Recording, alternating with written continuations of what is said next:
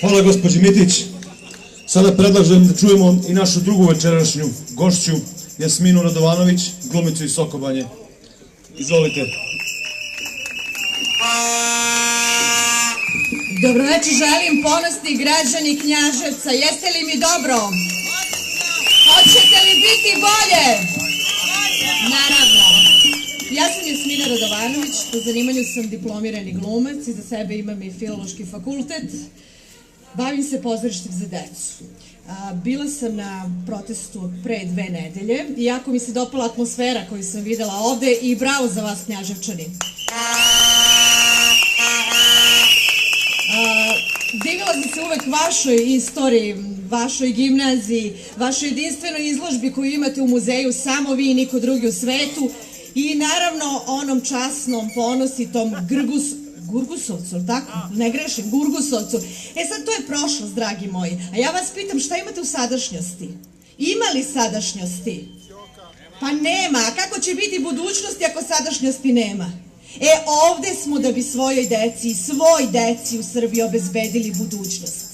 Sutra je dan žena i ja ne bih mnogo govorila o tome, jer to ponekad ume da zvuči onako licemerno, ali ću o danu žena govoriti u jednom posebnom kontekstu. Hoću da vas podsjetim da žene u našoj zemlji tek 73 godine imaju pravo glasa. U svetu je prvi put viđeno da žene glasaju pre 126 godina. Pa drage žene, iskoristite svoje zakonsko pravo, izađite kad budu fair, korektni i pravedni izbori i glasajte.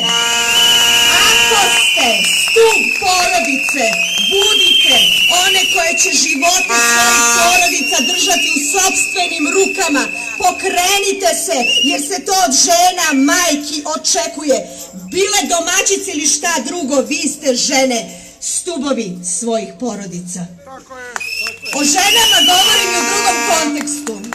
Ne želim da budem patetična, ali hoću da vas pitam. Gde će porodica Stanike Gligorijević sutra da je uruči cveće? Gde će Stanika Gligorijević primiti cveće od svoje porodice dok onaj morš negde, skriven, čuti bez obraza?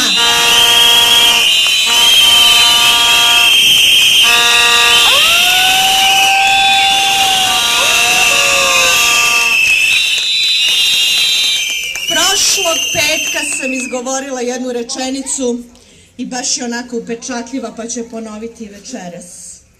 Do kada ćemo da stojimo pognute glave i ćutke, dok u Srbiji žene zlostavljaju razne jutke? Zaštitite svoje žene!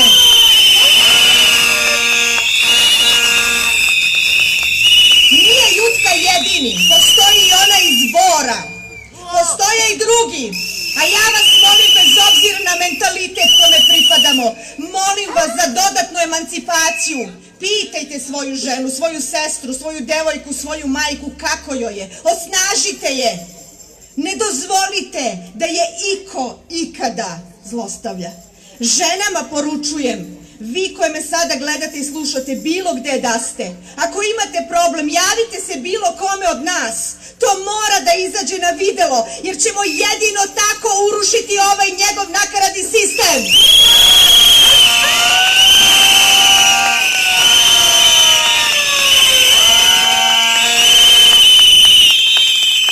Nekako neslavna mesta zauzimamo u ovoj Evropi. Kažu da smo na 6. mestu po problemima u Evropi koji imaju zaposlene žene. Razmislite o tome. Sada, moram da vam kažem da, pošto se bavim pozorištem za decu, kada mi se dogodi da vidim mamu sa detetom, ja se svakoj od tih žena divim, zato što je odlučila da svom detetu pruži malo duhovnog komfora, a pritom se pitam da li je mogla i koliko je mogla da mu pruži materijalnog komfora, jer ako prima 2700 dinara dečjeg dodatka, ona ne zna da li će mu kupiti jednu pljeskavicu ili će ga dovesti na dečju predstavu.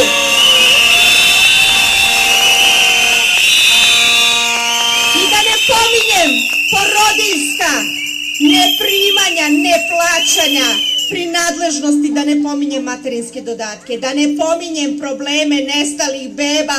Otvorit ćemo Pandorinu kutiju.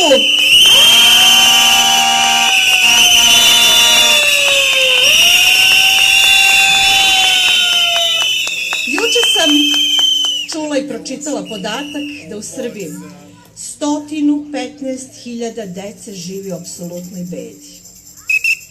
Podatak je izneo UNICEF, a onda sam pročitala nešto što mi je potpuno apstraktno. Oni kažu da je još 30,2% dece u riziku da padne ispod te linije. Objasnite mi šta znači da padne ispod linije apsolutnog siromaštva. Šta to znači? Proglašeni smo za najsiromašniju državu u Evropi, ljudi, u 21. veku. Njihov bivši ministar financija je rekao prošle nedelje da nam treba 185 godina sa ovim rastom BDP-a da bi stigli kupovnu moć starih članica Evropske unije. Pa je sad bio Koponik Biznis Forum, pa su ga onda ubedili da smanji to na 40.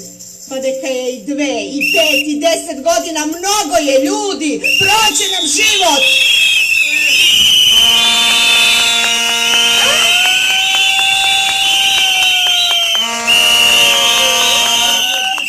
Pitam vas, mlade ljude, kako mislite da stvorite porodicu?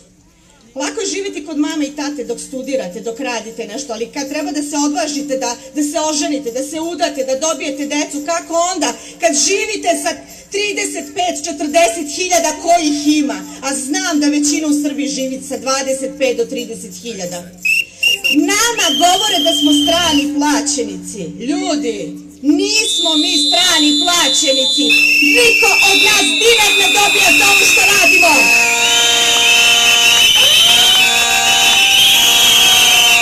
Ovde smo iz ličnih razloga, iz kolektivnih razloga, zato što nam je loše i ne želimo da nam bude još gore. Strani plaćenici, zapravo strani paćenici su svi oni naši nesrećni ljudi koji rade u raznim jurama, u raznim leonima i raznim firmama koje ste doveli u subvencije. Zamislite firmu koja je radila u Indoneziji ili Filipinima, a onda zatvorila svoje pogone tamo i došla u Srbiju. Šta to govori o nama? Šta to govori? Da smo najjeftinija radna snaga. Čovjek je radio u Leoni 4 godine. Kada je zatvorio radni odnos, otišao je da pogleda svoje doprinose u PIO fondu. Ni dana radnog staža, ni dinara uplaćivanja. Država ćuti. Da li znate da postoji radno mesto koje se zove skočko? Sad ću da vam objasnim šta je skočko. Ako ste gledali film Charlija Chaplina, gde on na onoj pokretnoj traci jedničko radi slažući one delove i traka ide, melje, nosi. Kad vidi da ne može da postigne da ubaci sve te delove, on se baca na onu traku, leže i ulazi u sistem. U normalnim državama to radi automatizacija. Klikne jedno dugme i sve funkcioniše. A kod nas ljudi rade na pokretnoj traci, pa kako smo živa bića, imamo određene potrebe, čovek mora da izađe. Tog momenta kad digne ruku da izađe, uleće skočku na njegovo mesto da pokrije taj proces rada, ne bi li traka stala. I to znate dokle? Dokle ne potroše one subvencije koje su dobili od države. I šta onda? Šta dalje?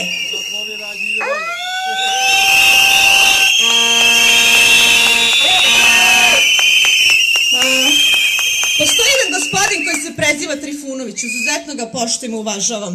To je stari sin jednog mog starije kolege, koji je prošle subote u jednom gradu pravim imenima nazvao bića, predmete, pojave onako kako to treba.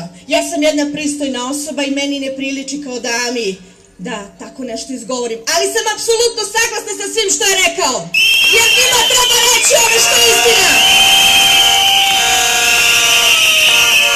Dokle ćemo da prikrivamo, da biramo reči? Ne, gospodo, to se mora nazvati onako kako treba da se nazove. Jer se sećate one narodne priče pčelati na kapi? Kad je čoveku nestala košnica, pa je knez sazvao selo i rekao, ja znam ko je ukrao košnicu. Ko? Onaj kome je pčela na kapi. Dohvatio se jedan. Gospodo, prozvani bivaju oni i sami se javljaju koji su krivi. Oni koji ništa nisu uradili, njima to ne smeta. Pa slaje vetar nosi, to prođe. Ali se bune oni koje je dotakao, a dotakao je ono što je trebao da dotakne.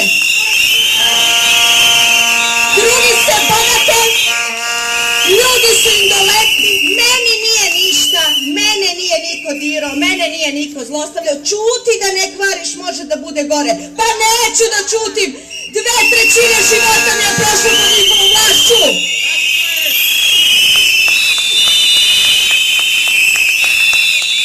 Statistika kaže da dnevno našu zemlju napusti 20 ljudi. Sad mi treba da odlučimo da li ćemo da budemo onaj 21. ili ćemo taj skor vratiti na 19. Ja sam za to da promenimo sistem, da sklonimo ovu bagru s vlasti i da jednostavno uspostavimo državu kako treba na zdravim nogama, sa zakonima, sa redom, sa ustrojstvom, sa poštovanjem Ustava. Sistem mora da se menja. Mora da se zna ko je ko. Jasmina Radovanović, ja, majka, diplomirani glumac. Svako od vas imenom i prezimenom, a ne da se krijete iza imena Aleksandra Vučića. Pa kad treba da se glasa, svi glasaju za njega. Gospodo i dame, ajde nek se taj predsjednik opštine i drugi u vlasti potpišu svojim imenom pa stanu da se slikaju za plakat. Pa znate ko bi glasao za njih? Niko ni njihova familija znajući kakvi su. Jesam li u pravu?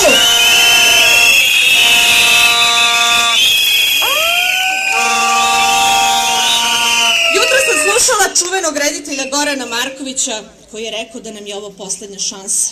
Ja nažalost mislim da nam je ovo zaista poslednja šansa. Mi nemamo izbora. Ili ćemo postojati bez njih ili nas neće biti. Svi će otići odavde. A naša budućnost nije u nekoj tuđoj zemlji, ovo je naša zemlja. Čula sam, a čuli ste i vi, da je ona podvojena, potrojena ličnost, ako se može nazvati ličnošću, odlučila da kompenzuje ono što nije išlo u vojsku, pa da ima 15 dana obuke. Pa je rešila ta podvojena ličnost, kako mu je gazda naredio da malo prodrma i vas. Ne bi li vas uplašio? Dragi moji, ja vam s ovog mesta poručujem, ne dam nokat svog deteta, ne dam nokat ni jednog deteta u Srbiji za njihove makinacije! Mi nećemo da ratujemo, dosta nam je rata! Kad god smo ratovali, mi smo gubili sve, svaki put nam se zemlja smanjivala. Oni su stajali sa strane i čekali parče svoga kolača i 30 godina tu žive i uživaju. Ne dam, ne dam! Naša je zemlja ovakva kakva jeste. Ako ima obraza, neće potpisati ono za što je postavljen. Hvala vam, dragi Knjaževčani, živi bili!